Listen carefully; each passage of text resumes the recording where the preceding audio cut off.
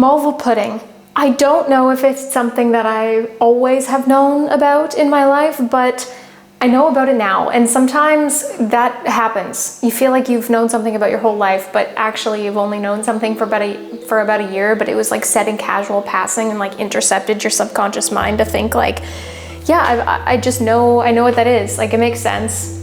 These are words that I've heard before, sort of, and it's a dessert. That's a context that I know it in, and I really don't think I've ever had it before. And I'm gonna attempt to make it without eating it ever in my life. So I don't know how this is gonna go. I found the internet, and the internet has recipes.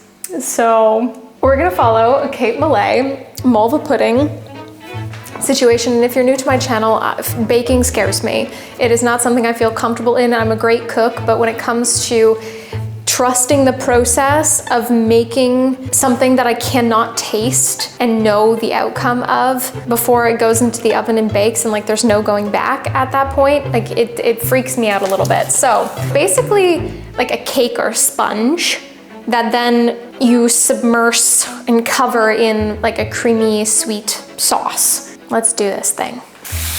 The amount of sugar in these recipes always seems outrageous, but we are learning to trust the process. Pro tip, don't try to pour sugar back in a bag. It doesn't really work that well. Got sugar all over my floor now.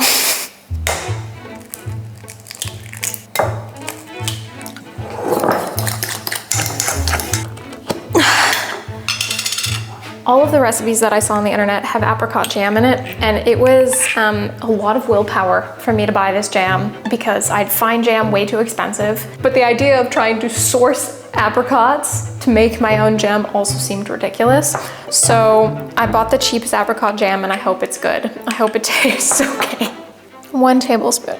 Are you serious? 1 tablespoon of we're adding we're a little bit more.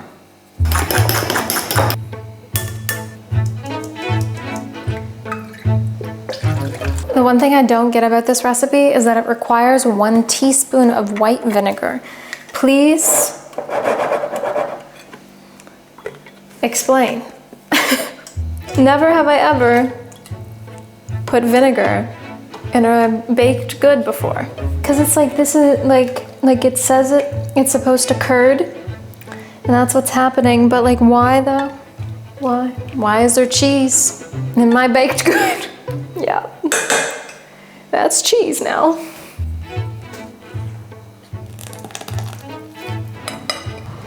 So what inspired this was actually going to the District 6 Museum. There was a bunch of really beautifully embroidered recipes of different South African yumminess. And there was one dessert recipe that I really wanted to try, but the further I looked into it, the more I realized that I had to deep fry the dough.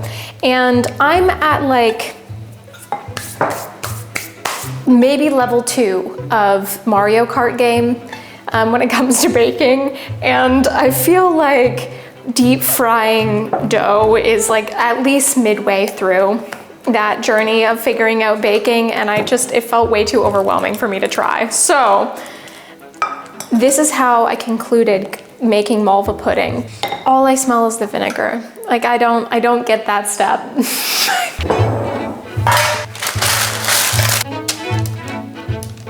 Right?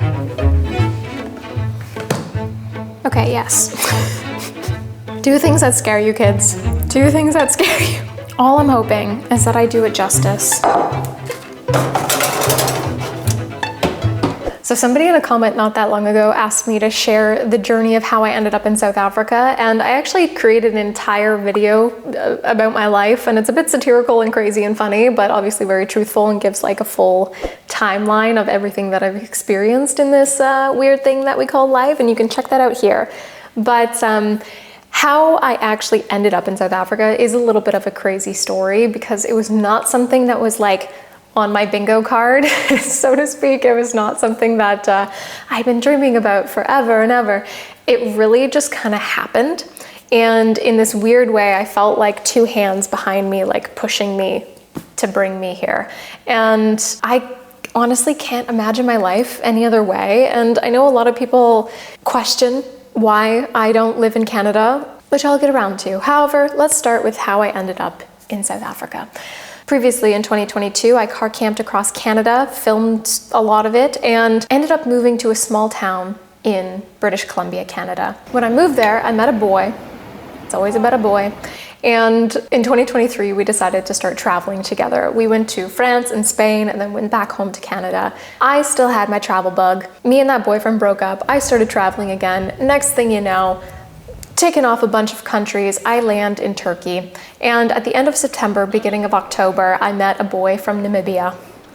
I have never met anyone from Namibia before. And you know what? I think a lot of people in the world can confidently say they have never met a Namibian person before. There's like 3 million of them. And I honestly don't even know how they measure the 3 million because there's like tribes in Namibia. Do they send censuses out to these tribal people and like tick them off? Are they part of the 3 million? You know what I mean? Anyways, we dated.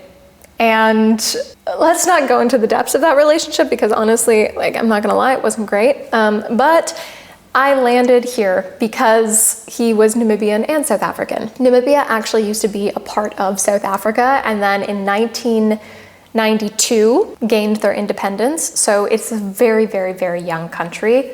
Super cool. One of the only German colonies in Africa. So there's still a lot of people that do speak German, a lot of Afrikaans as well. People would speak to me in Afrikaans all of the time when I was in Namibia. However, we met in Turkey, me and this Namibian boy, and we traveled together for like a month and, you know, had all of these lovey-dovey feelings and whatnot. And then I went back home to Canada. I sorted out a bunch of stuff that I needed to do, you know, life admin and things. And then we met up in Thailand and we spent about 6 to 8 weeks in Thailand together, and he told me that he wanted to come back to South Africa. And I debated a lot whether or not I wanted to come to South Africa, to be honest, and nothing to do with South Africa, but like me and the boy weren't like doing that hot. So then I was like, am I really gonna, maybe I just keep traveling Asia? And there was this debate in my head going on. But again, I just felt like these two hands kind of like pushing me from behind me, like, go, go, go, even though like, I was kind of like, I don't know. Anyways, I ended up coming here. And shortly after that, me and the boy broke up and I didn't want to leave. And that's how I ended up in South Africa. Okay, so I have a dilemma. And the dilemma is that the grocery store didn't have any unsalted butter. And the soaking sauce for this recipe requires half a cup of butter. Half a cup of butter. And I only have salted butter. And I'm nervous that it's gonna be too much salt.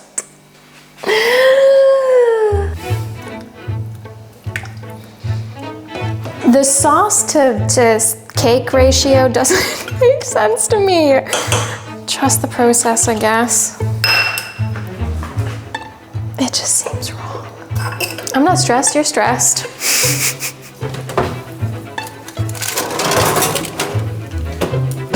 It smells a little burnt. I'm not gonna lie, but I cooked it for the amount of time that the recipe told me, so let's hope. And now the tale is told that I pour a little bit of this on.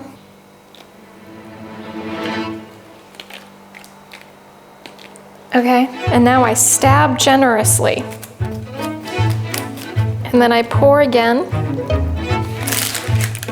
Seems wrong.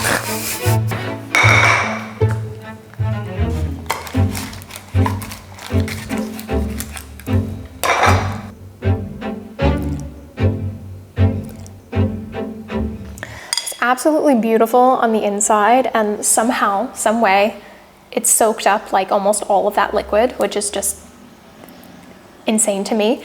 But this side is a bit burnt, and I think I was actually supposed to cook it in like a loaf pan, not like a square dish, but oh my God. Okay, wow. Although some of the photos of Malva pudding seem very dark, but not in this way that it's cooked in mine. Like, it's only dark on the outsides and like relatively light on the inside. So I think something went awry. However, I'm gonna have a sugar rush after this. Although I tried my best, the Malva pudding adventure is far from over because this was not right. This is not what Malva pudding is supposed to look like. So a few days later, I had some errands to run in the city, and I've been craving to try this Cape Malay restaurant called Bokop Kombais. Can I just sit down for one? Yeah. She's been saved on my Google Maps for like months and months, so today was the day. Something I had zero idea of before coming to South Africa was that there exists a quote-unquote Cape Malay population.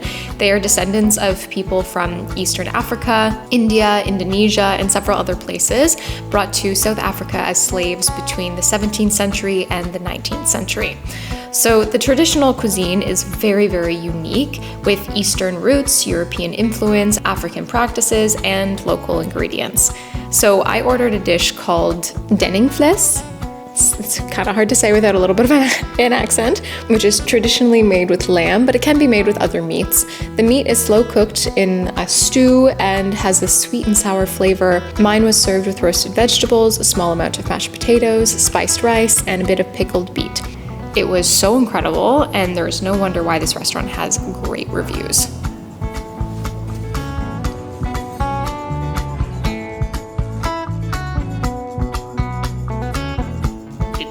It has to do with the economics of the time, where we live, what our parents or our grandparents could afford, and that was the birth of our food. And also, one must understand the mixture of the food that was brought in by the Dutch from the Eastern and Malaysian archipelago. Those flavors mixed with our forefathers and foremothers, if you like, flavors, and a new cuisine was born. Understand? So, firstly, I must add, it is not unique to our particular community. It is unique in the sense it consists of many other influences. So the city of Cape Town is split into suburbs, and where these colorful houses are, which is where I am right now, is one suburb, and it's called Bokop, and a lot of Cape Malay people live here. Obviously, it's not exclusive. Anyone can live in Bokop. It's not a, fundamental thing, but a lot of Cape Malay people do live here, and so there are a lot of mosques because Islam is still very much practiced in the Cape Malay community. So I can actually hear from my house the mosques singing the call to prayers every single day on like a quiet morning or a quiet evening in the city, which is really cool. But over here is Vredehoek, there's Oranjezet over here, Tambuskloof, which is kind of over that hill, the more city center back here, and this whole area is the city bowl. So all of these communities inside of this little bowl is not the only part of Cape Town. Cape Town spreads so far and so wide, and even where I was like previously living like 30 minutes outside of the city in the cabin last year is still considered Cape Town. Like the address is like another town, comma Cape Town. So although this is the city bowl of Cape Town and what people are going to come and like visit when they come to Cape Town is so much more vast than these suburbs within the city bowl. Also, I feel like people are listening to me, so that was really uncomfortable to record.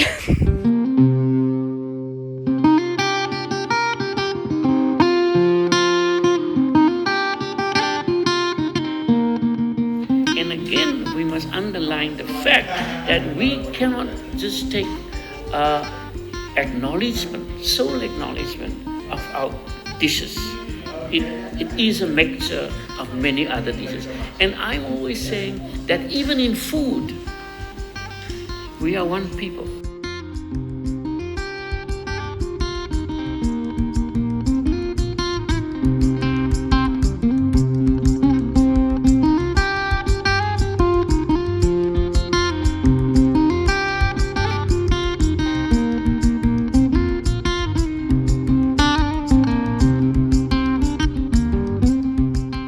just had the cutest experience at that restaurant. I didn't realize that they closed between 4 and 6, so I rocked up at 3, and I ended up being like the only one in there, which was really sweet and nice actually. But I ordered Malva pudding for dessert because I needed to taste what Malva pudding is actually supposed to taste like, instead of like my botched recipe that I attempted to make. It was good, like my recipe was fine. I actually just made Malva pudding at home, and I'm like curious to taste yours. So I'll do a Malva pudding because it was like my first attempt ever to make Malva pudding, and so now I'm like on a quest to figure out what Malva pudding should be. But I just tasted like sweet, and I felt like their recipe had so much more depth of flavor, even though it was such a similar recipe. Like they're doing something different, right? So I'm like asking so many questions nearing the end about this Malva pudding recipe, and the one girl is just like, you know, calls the actual woman that makes these Malva puddings, and she's like yelling down the stairs at me like what to do and how to do it. And at some point I think she was just like, girl, like let me just write this down for you because it, yeah. So I got a lovely little family restaurant recipe, which is really sweet of her to do. She's just like the sweetest, probably woman in her maybe mid-50s or something. It was like a family-owned restaurant. I'm not sure how long she's been doing what she's doing, but she's doing it well. And I'm super grateful to have her recipe here. I'm gonna have to attempt to make it at some point again, but the idea of eating more Malva pudding in my life makes my stomach turn slightly currently. So for future endeavors, I'm gonna like put this on a little frame because I feel like it's a little prized possession actually. I've always wanted a family recipe. In a country where a lot of people are trying to break out of it, it's joked amongst my friends that I'm trying to break in. But somehow I've always known that I wouldn't end up in Canada. I remember when I was 15 years old journaling about how I wanted to travel and work for myself, and I had no idea where I would choose to live or how I'd make it all work, but for some reason Canada just never really truly felt like home to me. And the couple times I've had to go back to Canada since being in South Africa, I've been filled with dread, a dullness, a numbness, just disease. My eczema would flare up and I would deeply miss South Africa, just wanting to get back as soon as I possibly could. And I can safely say I've never felt this type of way about another country. Personal space. Did it feel nice? It was water, fresh water. I don't just want to be a tourist here, I want to understand this place, and I know this history is deeply complex, and I don't claim to be an all-knowing teacher. And the thing is, depending on who you speak to, a different perspective is presented through the same facts. It's also impossible for me to explain the depths of things in such a short voiceover, so I hope all of that is taken into consideration when I share these videos, and I'm absolutely not trying to misrepresent any people that call this place home. I think talking about race and the struggles of people is a complex issue for me to talk about, but I don't see all white people that call Africa home as colonizers, as I don't see all black people victims. These are extremely complex issues that I think a lot of people cannot grasp, whether they're from here or not. How's it?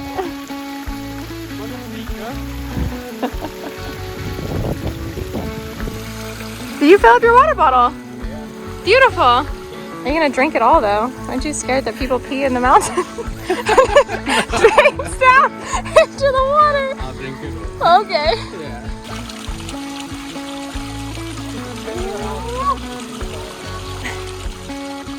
Look at how this looks just like a little fairy tale. Look how cute that is. It just looks like fairies live there. But I'd like to close out this video with the one and only DP singing the South African national anthem while we're delusionally climbing down this mountain. It has 5 of the official languages in it: Xhosa, Zulu, Sesotho, Afrikaans, and English.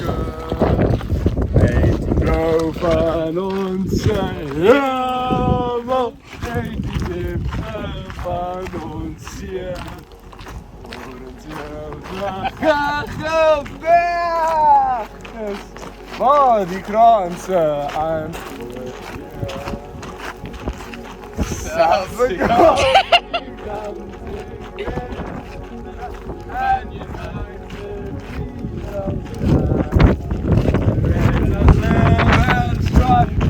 freedom in South Africa, our land.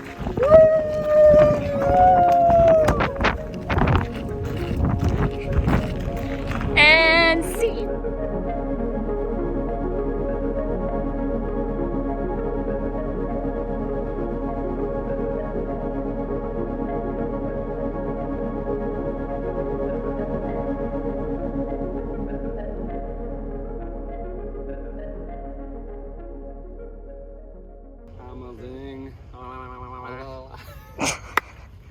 This is why I can't bring my friends. Put my friends on the internet. I just do weird things.